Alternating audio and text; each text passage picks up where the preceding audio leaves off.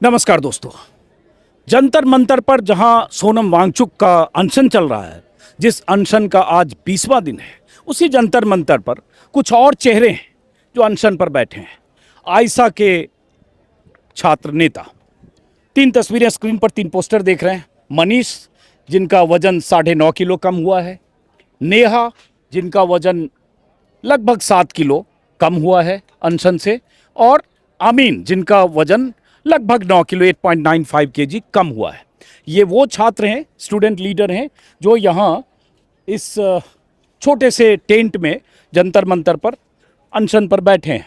शुरुआत हुई थी तो मेरे ख्याल से 6 लोग थे, शायद 6 लोग थे। तीन की तबीयत खराब हुई। तबीयत खराब हुई।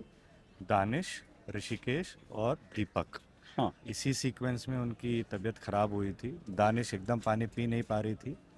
ऋषिकेश को पूरे शरीर में दर्द हो गया था और दीपक का लगातार 2 दिन बीपी गिरने लगा और उनकी स्वास्थ्य एकदम ठीक नहीं थी। फिर अलग अलग समय पे हमने उनको अस्पताल में भर्ती किया। करा।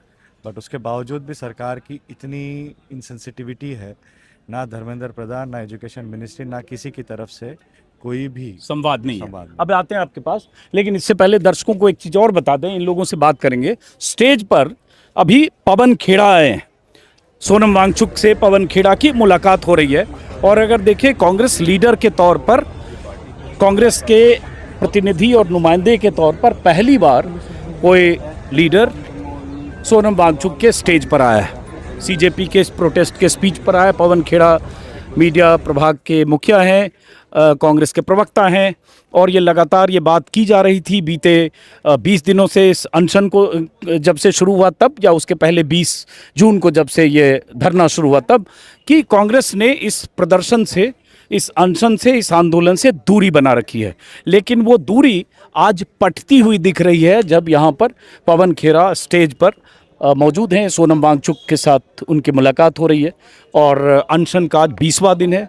पवन खेड़ा जब वहाँ बात कर रहे हैं सोनम वांगचुक से, वहाँ अभिजीत दीपके बैठे हैं, डॉक्टर्स बैठे हैं। और कल 9.5 किलो वेट कम हो गया था सोनम वांगचुक का। अभी मुझे आज का अपडेट नहीं है, हो सकता है, मुमकिन है उनका वजन और कम हो। और अब पवन खेड़ा का यहाँ आना, केसी वेणुगोपाल जो कांग्रेस के संगठन महासचिव हैं, उनका ट्वीट करके इनके अनशन को ख़त्म करने के लिए इनसे अपील करना, अभिषेक मनु सिंघवी का ट्वीट करना कि अनशन आप खत्म करें, आप देश की, आपकी ज़रूरत है देश को, सचिन पायलट का ट्वीट, इमरान प्रतापगढ़ी का ट्वीट, और इन सब ट्वीट से 2 कदम आगे पवन खेड़ा का यहाँ पहुँचना, ये एक तरह से एक संकेत है कि अब विपक्षी दलों के नेता या विपक्ष का बड़ा समूह जो इंडिया गठबंधन से जुड़ा है, वो प्रत्यक्ष अप्रत्यक्ष रूप से इस आंदोलन को सपोर्ट करता हुआ दिख रहा है। हुआ ये भी था कि 5 दिनों के भीतर ममता बनर्जी, अखिलेश यादव, उद्धव ठाकरे और कुछ संगठनों के दलों के नेता, आम आदमी पार्टी की तो बात हो ही रही है, कल केजरीवाल खुद यहाँ थे, संजय सिंह थे, सौरभ भारद्वाज थे, उसके पहले आतिशी आ चुकी हैं, और आम आदमी पार्टी के नेता लगातार आ रहे हैं। तो ये बीते 5 दिनों का ये डेवलपमेंट है कि अपोजिशन के, इंडिया गठबंधन के जो दल हैं, उन दलों के नेता आते रहे। लेकिन आज सबसे बड़ा डेवलपमेंट, बार बार मैं इस पर फोकस करूंगा, पवन खेड़ा की मौजूदगी पर है, क्योंकि यही एक पार्टी है जो देश के सबसे मुख्य विपक्षी दल है। और इसको लेकर लगातार कुछ सवाल, कुछ संदेह और कुछ आशंकाएं थी कि कांग्रेस अगर दूरी बना रही है तो क्या, जब यह आंदोलन मार्च के शक्ल लेगा 20 तारीख को, तब तक क्या कांग्रेस के नेता इसमें शामिल होने के लिए हामी भरेंगे या ऐसी दूरी बनाए रखेंगे। तो बहरहाल, तो यहाँ स्टेज पर पवन खेड़ा, जैसा कि मैंने बताया। अब हम आते हैं जहाँ से हमने बातचीत की शुरुआत की थी। 1 मिनट, इधर आते हैं। आपका शुभ नाम? मैं अभिज्ञान हूँ आयशा से। अब मैं वापस वहीं आया हूँ, आयशा के इस छोटे से टेंट में। जैसा कि मैंने बताया, पीछे नेहा हैं, मनीष हैं और आमीन है। और इनकी गिरती हुई सेहत या इनकी अस्वस्थता का अंदाज़ा लगा सकते हैं। इनके अनशन का भी 20वां दिन है। हाँ जी, आज 20वां दिन है और तीनों ही साथियों का, जैसे आपने वेट लॉस बताया ही, साथ साथ जो नेहा का ब्लड शुगर लेवल आप अगर देखिए तो वो लगातार 50 के नीचे रह रहा है। हाँ। कल डॉक्टर ने हमको यही कहा कि उनकी हाइपोग्लाइसेमिक हो जाने की हाई चांसेस हैं, उनको हम पूरी तरह से रेस्ट पे रखने की कोशिश कर रहे हैं। हाँ। और आमीन का बदन में यूरिक एसिड तेज़ी से बढ़ रहा है। मनीष का जो वेट और मसल लॉस आप देख रहे हैं कि बदन का 10% से ज़्यादा हिस्सा डिप्लीट हो चुका है। ये सब बहुत सीरियस सिचुएशंस यहाँ पर पैदा हो रही हैं। 20 दिन तक भूख हड़ताल इस गर्मी में, इसी गर्मी में बीच बीच में बारिश से लड़ते हुए, बहुत मुश्किल काम है जो तीनों साथी आज 20वें दिन पर कर रहे हैं।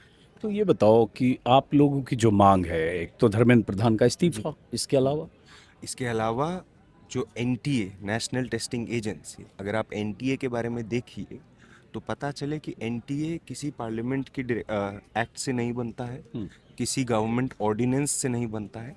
एनटीए एक सेमी ऑटोनोमस बॉडी की तरह हम पर ला दिया जाता है। एनटीए का कॉन्स्टिट्यूशन क्या है हमको नहीं पता। एनटीए में हायरिंग किस तरह से होती है हमको नहीं पता। एनटीए से पहले सीबीएसई एग्जाम्स कराता था which was made through the act of parliament. It was answerable to the people of India. NTA is not that. तो एनटीए के टेंडर्स कैसे जाते हैं, एनटीए का भीतर का ब्यूरोक्रेटिक प्रोसेस कैसा है, हमें कोई आइडिया नहीं है। एक इस तरह की एजेंसी को जिसके डिजाइन में है करप्शन, जिसके डिजाइन में है इनट्रांसपेरेंसी, तो आप लोग क्या चाहते हो? हम चाहते हैं कि एनटीए को डिसबैंड किया जाए।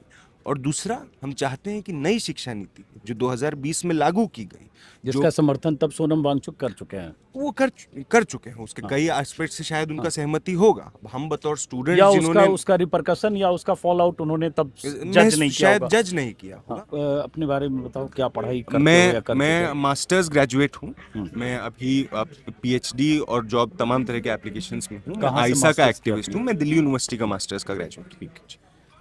अब जैसे ये तीन चेहरे जो यहाँ अभी अनशन पर हैं 20वें दिन, जैसा कि मैंने बताया, और सामने इधर आइए, अब जरा 1 मिनट इधर आइए, उधर से आइए। अब सामने जो कांग्रेस की तरफ से पवन खेड़ा है, तो पवन खेड़ा साहब आखिरकार आज आ गए हैं यहाँ पर कांग्रेस के नुमाइंदे के तौर पर। और अब ये आयशा के जो आंदोलनकारी छात्र हैं उनसे मिलने पहुंचे हैं।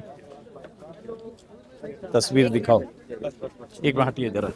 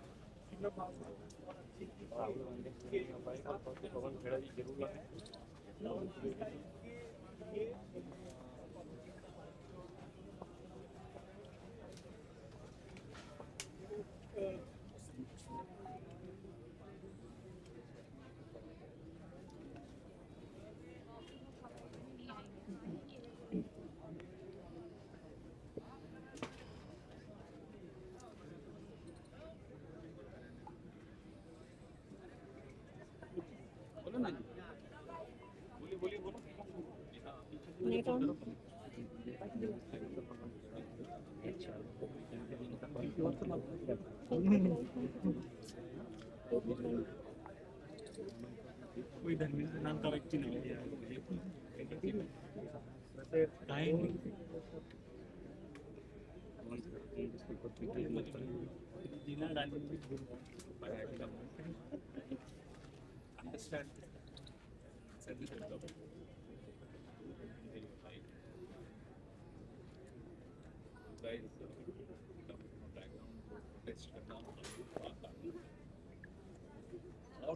कांग्रेस की भी दूरी अब मिटती हुई नजर आ रही है। जंतर मंतर में पहुंचे हैं अभी पवन खेड़ा, जो कि कांग्रेस के प्रमुख सदस्य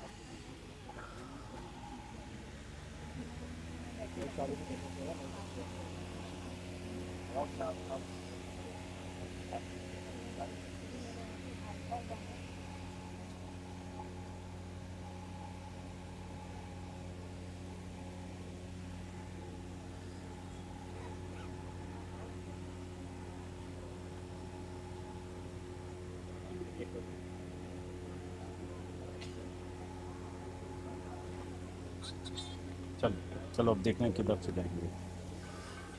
इधर आओ, इधर आओ, इधर आओ। कांग्रेस की दूरी एक मिनट, जंतर मंतर को लेकर नजर आ रही है। मैं आपको दिखाना चाहूँगी। कोई बात नहीं, हम बाहर ही बात कर रहे हैं। पवन खेड़ा जी कोई बात नहीं, क्या हाल है पवन जी? पवन सर, इतना सर लेट हुआ पर आप यहाँ पर आए कैसे लग रहा है बच्चों से मिलके? ये नहीं है, बात ये है कि मेरे को अच्छी तरह याद है जब अन्ना हजारे का आंदोलन था। अजीत भाई, आप तो देखा था, आप सबने देखा था। चौथे दिन से एंगेजमेंट शुरू कर दी थी सरकार। सरकारें अगर प्रोटेस्ट की भाषा को दुश्मनी की भाषा मान लेते हैं तो फिर वो लोकतंत्र के लिए बहुत बड़े खतरे की घंटी है। हमने अभी सोनम साहब से भी आकर यही बोला कि साहब अपनी जान जोखिम में मत डालिए। ये ऐसी सरकारें नहीं हैं जो प्रोटेस्ट की भाषा को समझें और रिस्पेक्ट करें, एंगेज करें।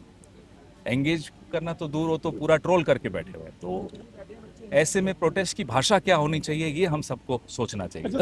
पवन जी ये बताइए, 20 तारीख को इनका कॉल है संसद मार्च। कई अपोजिशन लीडर्स यहाँ आ चुके हैं, कांग्रेस को आने में थोड़ी देर हुई, अनशन के 20वें दिन आप आए, तो क्या 20 तारीख के इनके मार्च में हिस्सेदारी कांग्रेस की होगी? अजीत जी, मैंने अभी सोनम जी को भी यही रिक्वेस्ट किया कि इस तरह से इस सरकार के सामने इस भाषा में बात करने का कोई लाभ नहीं है। आप अपनी जान खतरे में डाल रहे हैं। संघर्ष चल रहा है, हम लोग लगातार, छात्रों की गूंज, हमारा एक कैंपेन भी चल रहा है। एक सेकंड, हमारा कैंपेन चल रहा है, कोटा में भी हुआ। पूरी पार्टी हमारी सड़क पर इस मुद्दे को उठाकर चल रही है। तो जाहिर सी बात है कि हमें चिंता है सोनम जी की हेल्थ लेकर, और ये बच्चे जो यहाँ हैं, ये नेहा और बाकी साथी हमारे, इन सब की हेल्थ को लेकर भी। एक सीधा सवाल है कि आप सोनम जी से ये अपील करने आए थे कि अनशन खत्म करें जैसा केसी वेणुगोपाल और बाकी लोग कर रहे हैं, या फिर ये भी समर्थन देने आए थे कि अगर 20 तारीख को मार्च होगा तो हम भी उसमें हिस्सा लेंगे? मैं वही बात पार्टी की तरफ से भी कहने आया हूँ कि साहब अपनी जान खतरे में मत डालिए।